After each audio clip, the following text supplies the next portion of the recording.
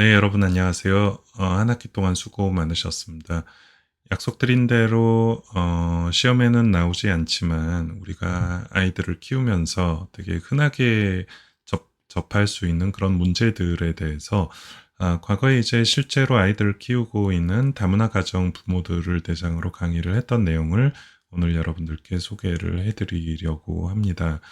내용 자체는 상당히 이제 어렵지는 않은 내용이지만 어떻게 보면 한 학기 동안 강의를 했던 것은 좀 전문적인 소아 처치에 대해서 이야기를 했다라고 한다면 이 내용들은 우리가 더 흔하게 우리 주변에서 볼 수 있는 문제들에 대한 이야기라고 이해를 해 주시면 좋을 것 같습니다. 네. 강의 때도 ATLS 이제 페디아트릭 ATLS니까 소아의 이제 전문 외상 처치에 대해서 이야기를 했지만 사실은 그런 식으로 매우 심하게 다치는 경우는 아주 드물고요. 대부분의 경우에는 우리 주변에서 일어날 수 있는 안전사고들, 즉 되게 흔하게 일어날 수 있는 가벼운 손상들이 훨씬 더 많은 것이죠. 이제 그런 문제들에 대해서 아마도 여러분들이 더 흔하게 접근을 할 가능성이 많습니다. 자, 아주 심하게 찢어지거나 아주 깊이 찢어지거나 피가 줄줄 흐르고 있다면 당연히 이제 1차적인 봉합이 필요하겠죠. 근데 애매하게 다치거나 긁히는 경우들이 사실은 훨씬 더 많습니다. 이제 이런 상처 같은 경우가 그런 경우인데요. 상처에 대해서 우리가 처치를 할 때 꼬맬 것이냐 말 것이냐를 나누는 기준이 있습니다. 일단은 길이에요. 길이가 15mm 이상 된다면 그것은 꼬매는 것이 좀 낫습니다. 폭으로 따지면 6mm 이상 벌어질 수 있는 상처는 꼬매는 것이 꼬매지 않는 것보다 조금 더 낫습니다. 그렇기 때문에 이러한 상처는 꼬매지 않는 것이 오히려 흉터가 덜 남게 되는 그런 상처가 되겠습니다. 특히 이제 아래쪽 보면은 눈썹이라고 감안을 할 때 이게 이제 주름살 방향의 상처이기 때문에 흉 자체가 그렇게 크게 남지 않을 가능성이 더 높아 보입니다. 네, 이 상처는 찢어진 상처와는 좀 다르죠. 네, 넘어져서 무릎을 다쳤어요. 넘어져서 바닥에 이제 긁히게 되면 우리가 이런 것을 찰과상이라고 하는데, 찰과상은 주변에 이제 이런 작은 상처들, 중앙부에 깊은 상처들을 포함을 하는 이런 다발성 복합열상이라고 생각을 하면 되겠죠. 자, 어떤 식으로 소독약을 선택을 하느냐, 후시딘, 마데카솔, 네, 선전은 새살이 솔솔 솟아라 뭐 이런 식으로 선전을 합니다만 실제로 새살이 나게 하는 기능이 있는 약은 아닙니다. 연고가 하는 역할은 무엇인가요? 연고가 하는 역할은 피부가 없는 곳에서 피부를 덮어주는 역할을 하게 되는 것입니다. 대신에 이렇게 가운데 쪽 상처의 깊은 곳으로 연고가 들어가게 된다면 그 자체가 연고 자체가 이물로 작용을 하고 그리고 회복을 더디게 만들 수가 있기 때문에 상처 안으로 들어가는 것은 아닙니다. 과산화수소 바르게 되면은 하얀색 거품 나면서 뽀글뽀글 거품 나면서 무지하게 아프죠. 아픈 이유가 뭔가요? 정상적인 세포가 죽기 때문에 그렇습니다. 그렇다면 네. 과산화수소는 상처 안에 쓰면 안 되는 것일까요? 네, 과산화수소는 상처 안에를 닦기 위해서 사용하는 약이 아닙니다. 어떤 때 주로 사용하나요? 피를 닦기 위해서 주로 사용을 합니다. 물론 균을 죽일 수도 있지만 이제 상처에 들어가서 아픈 약들은 정상적인 세포도 같이 죽일 수가 있단 말이죠. 베타딘 마찬가지입니다. 베타딘도 상처 안에 들어가면은 어떻게 돼요? 네, 상당히 따갑죠. 아프죠. 따갑고 아프다라고 하는 것은 정상적인 세포도 죽는 것이다. 게다가 베타딘은 색깔이 있죠. 짙은 보라색이죠. 네, 그런 색깔로 착색이 될 수도 있습니다. 즉 과산화수소나 베타딘은 상처 안을 닦는 약이 아닙니다. 그렇다면 이건 어떻게 해야 되나요? 네, 흐르는 깨끗한 물로 씻어주시면 되겠습니다. 흐르는 깨끗한 물, 집에 생리식염수가 없는데요. 네, 수도 있죠. 수돗물.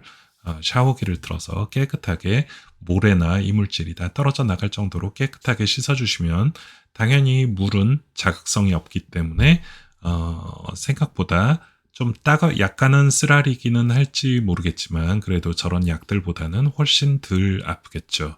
자극이 덜하겠죠. 그리고 나서 무엇을 해야 하나요? 네, 이게 젖은 꺼즈를 붙여야 되나요? 아니면 마른 꺼즈를 붙여야 되나요? 네, 정답은 마른 꺼즈가 되겠습니다. 흡수해서 떼어내는 역할이라고 생각하시면 돼요. 그럼 흡수해서 떼어내는데 가장 적합한 것은 뭘까요? 바로 메디폼과 같은 흡착 재질. 진물이 많이 나게 되면 두꺼운 메디폼, 진물이 조금 나게 되면 얇은 메디폼을 사용을 하면 되겠습니다. 항생제 주사가 필요할까요? 네, 사실은 이 정도 상처라면 네, 주사까지 필요 없을 것 같고요. 꼭 필요하다라고 한다면 먹는 항생제를 처방을 할 수는 있겠습니다. 파상풍 주사 필요할까요? 네, 아이들에 있어서는 6살까지 네, 전 국민이 다 맞죠. 그렇기 때문에 아이들에 있어서는 아주 고위험 상처가 아니라면 파상풍 주사 자체가 급하게 필요하지는 않습니다. 가위를 소독하려고 합니다. 칼을 소독하려고 합니다. 적절하지 않은 것은 코로나 시기에 여러분들 손세정제 생각해 보시면 돼요. 손세정제 대부분 뭘로 돼 있죠? 알코올로 돼 있죠. 그리고 비싼 종류들은 이렇게 분홍색 약이나 아니면 파란색 약으로 되어 있습니다. 이제 그게 클로로헥시딘이라고 하는 성분이 포함된 용액이 되겠어요. 에탄올, 클로로헥시딘, 네, 포비돈, 뭐 과산화수소도 마찬가지이긴 하지만 당연히 네, 이 균이라든지 바이러스를 죽일 수 있는 역할을 다 그런 능력을 가지고 있습니다. 그래서 알코올 적절하고요. 클로로헥시딘 적절합니다. 근데 클로로헥시딘의 단점은 뭐냐면 비싸요. 그렇기 때문에 대부분 소독을 할 때는 알코올을 사용을 하죠. 포비돈 네, 가능은 합니다만 끈적끈적해져요. 네, 침전물이 남죠. 과산화수소는 적절하지 않습니다. 과산화수소 왜 적절하지 않은가요? 나중에 기회가 되면 과산화수소를 가위에다 한번 발라보세요. 네, 거품이 전혀 나지 않습니다. 얘는 과산화수소가 피 안에 있는 카탈레이즈라고 하는 효소와 반응을 해서 거품을 내면서 소독을 하는 그런 역할을 하기 때문에 네, 가위를 닦아서는 전혀 소독이 되지 않습니다. 네, 상처 비슷한 찰과 사항인데 좀 더 깊은 상처네요. 모래가 많이 들어가 있다고 해요. 네, 세척을 뭘로 할까요? 생리식염수 가능합니다. 생수 가능합니다. 수돗물 역시 가능합니다. 우유 어때요? 네, 적절하지 않습니다. 우유는 단백질로 되어 있기 때문에 단백질이 상처 안에 남아 있으면 염증을 더 심하게 유발할 수 있는 가능성이 있습니다. 간혹 가다가 베타딘을 섞은 물로 상처를 세척하는 경우가 있는데 아무 의미 없습니다.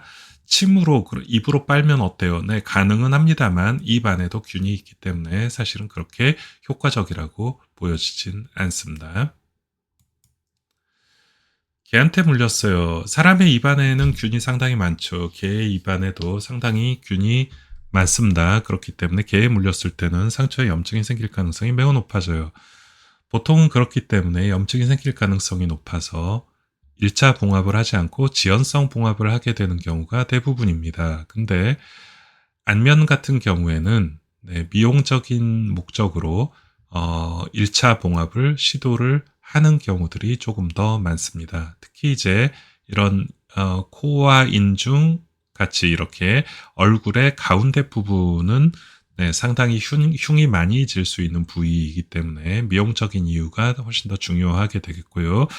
그리고 이제 입술 라인 있죠. 입술 라인의 바깥쪽은 그냥 정상적인 피부가 되겠고 입술 라인의 안쪽은 점막이 되겠죠. 그래서 일반 피부와 점막에 이어지는 바로 이 입술 라인 같은 경우에 이런 식으로 건너가게 되면 나중에 흉터가 상당히 많이 남게 되는 위치이기도 합니다. 결국 안면부와 같은 경우에는 우리가 미용적인 것을 고려를 해서 1차 봉합을 하기도 한다. 입술이 당겨지게 되면 이게 이제 입술 소대라고 하는 것인데 입술이 위로 당겨지게 되면 이 부분이 찢어지게 되는 경우 상당히 많습니다. 그래서 병원에 많이 와요. 근데 이제 아이들 같은 경우 어른들과 같은 경우에도 마찬가지고 이 소대가 찢어진 경우에는 봉합을 하지 않습니다. 아주 많이 찢어져서 이쪽 아래쪽이 다 벌어져서 위쪽으로 무엇인가 염증이 생길 가능성이 있다라고 한다면 그것은 네, 봉합이 필요합니다만 이 자체로는 봉합이 필요하지 않습니다. 메이저번 좀 아주 넓은 부위를 심하게 화상을 입었을 수도 있지만 아이들이 화상을 입는 경우는 이렇게 아주 적은 부분을 화상을 입는 경우들이 훨씬 더 많겠죠.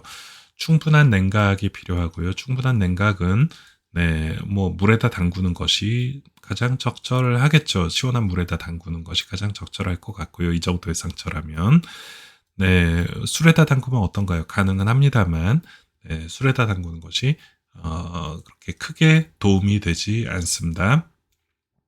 물에 비해서 나을 게 없어요. 그리고 술 자체가 피부로 흡수가 가능합니다. 물론 이제 손가락 담궜다고 해서 아이가 취할 정도로 몸에 흡수가 되지는 않겠지만 좋지는 않겠죠. 아직은 물집이 터져 있는 상태가 아니기 때문에 어떤 식으로 냉각을 한다 하더라도 크게 문제가 되진 않겠습니다.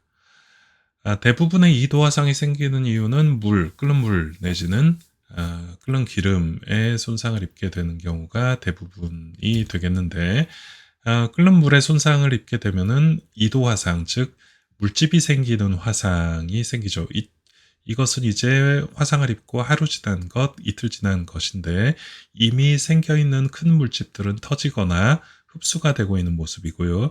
새로 생기고 있는 물집들도 시간이 지나면서 터지거나 흡수가 되는 흐물흐물해지는 그런 모습을 보이게 됩니다. 굳이 이것을 미리 제거할 필요는 없습니다. 나중에 이제 완전히 다 말라가지고 좀 지저분해지면, 이렇게 까매지면 그런 부분들만 조금씩 걷어내면 되겠습니다. 충분한 쿨링 역시 중요하고요. 충분한 쿨링이라고 하는 게 아프지 않을 때까지 쿨링을 하는 것이거든요. 그리고 이런 식으로 밑에 있는 피부가 노출이 되게 되면 염증이 생길 가능성, 그리고 진물을 빨리빨리 흡수를 해줘야 되기 때문에, 그래서 화상 연고를 바르고 메디폼과 같은 흡착성 재질의 그런 드레싱을 하게 됩니다. 너무 꽉 감아두면 안 되고 약간은 헐렁헐렁하게 감아두는 게 포인트가 되겠습니다. 침대에서 떨어져서 머리에 혹이 났어요. 네, 뭐 무지한히 응급실에 옵니다. 두개골의 바깥쪽은 아무리 크게 혹이 난다 하더라도 전혀 문제가 되지 않습니다. 두개골이 다치거나 두개골의 안쪽이 다치면은 문제죠. 그래서 아이가 침대에서 떨어져서 큰 문제가 되는 경우는 사실은 현장에서 보기는 매우 어렵습니다. 근데 이제 왜 데려왔냐 물어보면 항상 이렇게 얘기를 해요. 뭐, 부딪힌 거는 나도 알겠는데, 부딪히고 나서 아이가 구토를 하고 어지럽다고 한다. 네.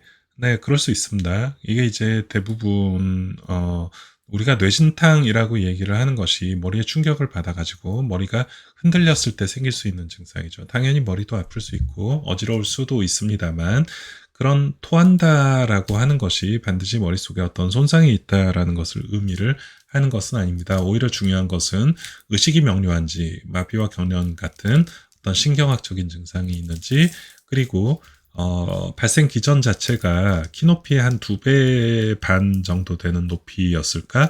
바닥이 딱딱했을까? 뭐 이제 이런 어떤 외상과 관련한 주변 정황이 훨씬 더 중요한 부분이 되겠습니다.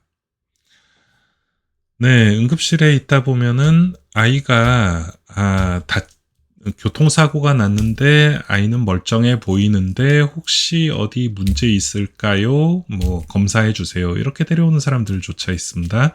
네, 그럼 저는 보통 이제 이럴 때는 아플 때 다시 데리고 오세요라고 이야기를 합니다. 특히나 이제 아이들 같은 경우에는 본인이 아픈데 그걸 억지로 숨기고 안 아픈 척할 이유가 전혀 없기 때문에 아이가 아프면 분명히 이상해 보입니다. 그거 이제 주변 사람들은 모르더라도 제일 잘 아는 것은 부모가 제일 잘 압니다. 그래서 지켜보고 이상하면 데려와라 라고 항상 이야기를 해줍니다. 네. 외상과 같은 경우는 분명히 이제 우리가 ATLS에서 봤듯이 그런 메이저 트라우마 내지는 뭐 어떤 익수 내지는 뭐 기타 등등 이제 이런 생명의 위험을 줄 수 있는 이런 중대한 손상들도 분명히 있겠지만, 좀 전에 본 것과 같은 그런 경미한 손상들이 실제로 현장에서는 훨씬 더 많다라는 거 생각하셔야 될 겁니다. 그 다음, 어떻게 보면 제일 많은 거는 아파서 오는 거겠죠. 뭐, 다쳐서 오는 것도 물론 많겠지만, 아파서 오는 경우 훨씬 더 많을 거라고 생각을 합니다. 자, 머리가 아파요. 아이들에 있어서 두통은 정말 흔하지 않은 증상 중에 하나입니다. 여러분들 생각해 보시면 유치원 때나 초등학교 저학년 때 머리가 심하게 아팠던 적 기억하실 수 있을까요? 아마 대부분 흔치 않을 것입니다. 성인이 되고 나선 그럴 수 있어요. 우리가 두통을 대부분 1차성 두통과 2차성 두통으로 이야기를 하는데 2차성 두통은 뭐 이빨 아플 때 2차적으로 머리가 아프다든지 아니면 눈이 아플 때 2차적으로 머리 아프, 혈압이 많이 올랐을 때 머리 아픈 이런 것들을 우리가 2차 두통이라고 얘기를 하죠. 아이들에 있어서의 두통은 진짜 두통이 아닐 가능성이 많고 1차성 두통보다는 2차성 두통, 특히 외상과 관련한 것들이 좀 더 많다. 즉 아까 부딪혔는데 그게 이제 멍들고 아픈 거죠. 그게 이제 두통이다라고 생각을 하는 경우 많고요. 아이들에 있어서 뇌수막염 상당히 흔하게 올 수 있는 감염 중에 하나입니다. 그래서 어떻게 보면 뭐 심한 감기 그리고 심한 발열 그리고 두통이 동반되어 있다라고 한다면 뇌수막염을 한 번쯤은 의심을 해봐야 되겠죠. 뇌수막염 같은 경우에는 아이들에 있어서 박테리아성보다 바이러스성이 월등하게 많기 때문에 그렇다면 특별한 어떤 치료가 아니고 대증요법으로 치료를 하게 됩니다. 네, 필요하다면 수학과를 방문하게 되는데 두통 자체는 아이들에 있어서 흔치 않다. 네, 귀가 아프다. 귀 아파서도 응급실 많이 옵니다. 네, 귀가 아픈 응급은 없습니다.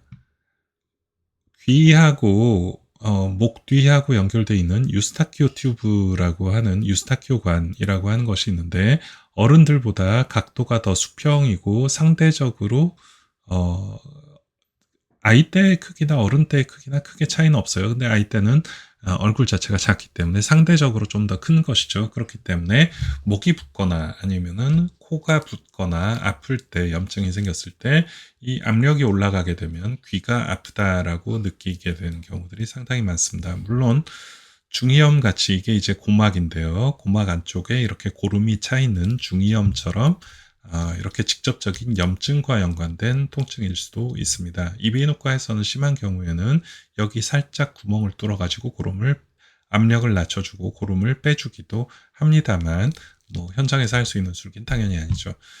귀가 아픈 응급은 없습니다. 압력이 올라가서 아프는 것이고요. 편도선염이나 중이염에서 2차적으로 가능하고 타이레놀 정도 먹으면 충분하겠습니다.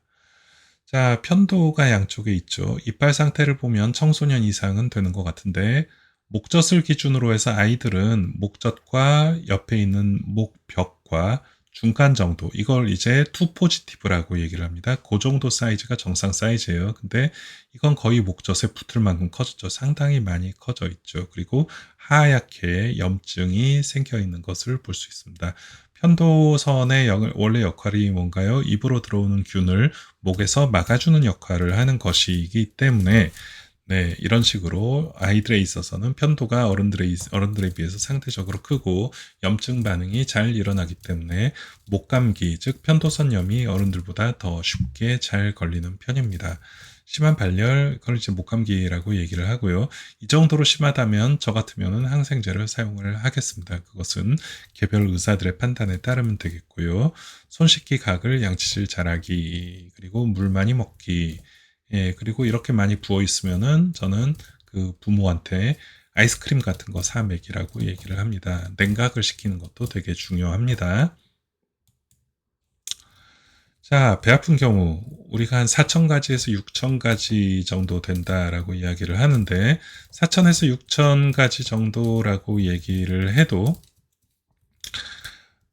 크게 봐서는 두 가지죠. 이제 수술을 해야 되는 복통, 아니면 약을 먹어야 되는 복통, 이렇게 두 가지라고 생각한다면 어떤 것이 이제 위험한 복통일까 생각해 보면 극심한 통증이 지속적으로 같은 부위, 그리고 사출성부터 심하게 구토를 하는 걸 얘기를 하는 것입니다.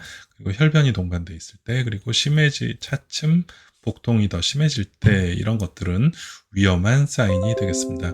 상대적으로 이제 안전하다라고 생각하는 복통은 경미한 통증이 아프다 말다 여기저기, 그리고 뭐 구토설사와 같은 경미한 위장관 증상, 그리고 아픈 양상이 변할 때에는 이제 상대적으로 이것은 그렇게 위험하진 않겠구나라고 판단을 할 수 있는 근거가 되겠죠.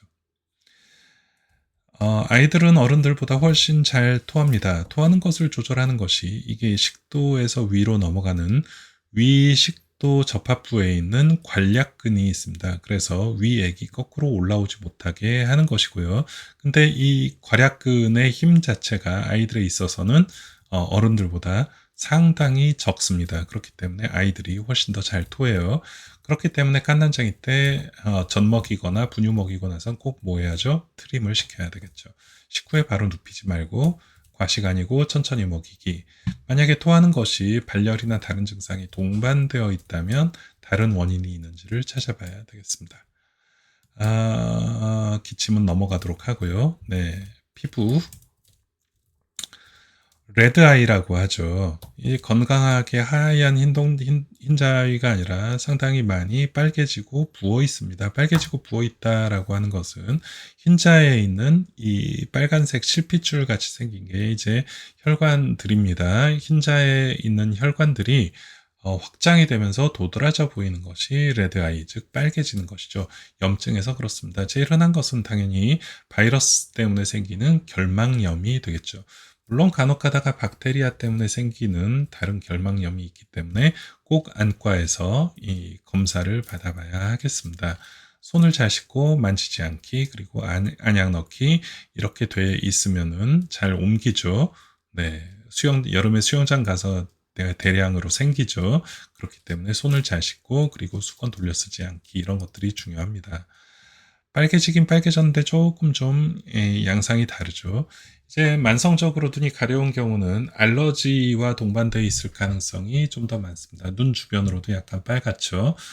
대부분 이제 알러지 가지고 있는 아이들은 어려서부터 알러지를 가지고 있는 경우들이 상당히 많습니다.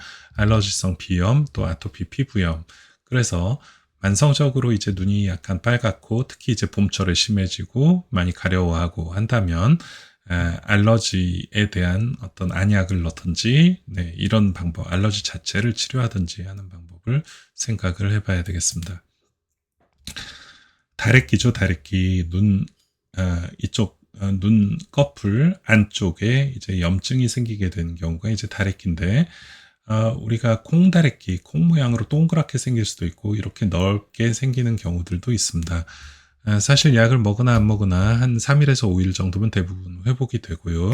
너무 심하게 고름이 이런 식으로 생기게 된다면, 네, 이런 식으로 생기게 된다면 좀 째야 되는 경우들도 있을 수 있습니다만,